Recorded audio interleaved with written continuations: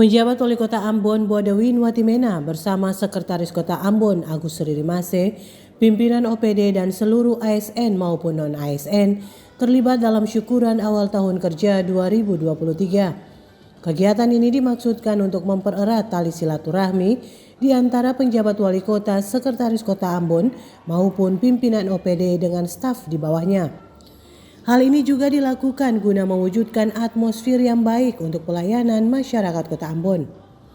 Penjabat Wali Kota Ambon Bodewin Watimena berharap tahun 2023 pemerintah Kota Ambon semakin meningkatkan kualitas pelayanan yang berdampak positif bagi masyarakat. Dengan keberhasilan yang dicapai di tahun 2022 bisa menjadikan motivasi untuk terus berkarya dan berbuat yang terbaik. Dengannya kualitas pelayanan publik di pemerintah Kota Ambon semakin meningkat. Syukuran awal tahun 2023 di lingkup pemerintah Kota Ambon berlangsung meriah.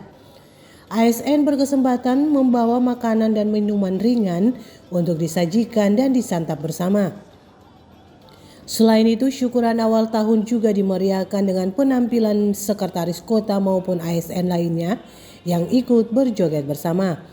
Hal ini merupakan bagian dari ungkapan syukur dalam memasuki tahun 2023. Dengan semangat ini, ASN pemerintah Kota Ambon bertekad meningkatkan pelayanan publik bagi masyarakat Kota Ambon.